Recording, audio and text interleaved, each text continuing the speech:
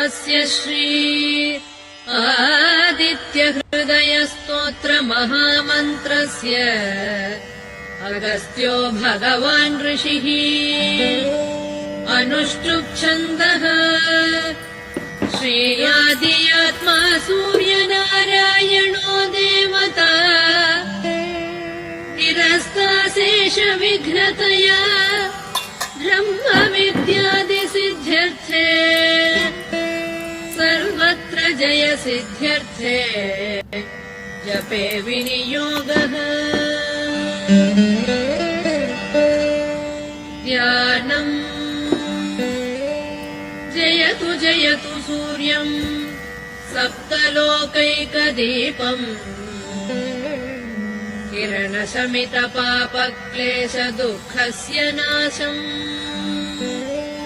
अरुणकिरण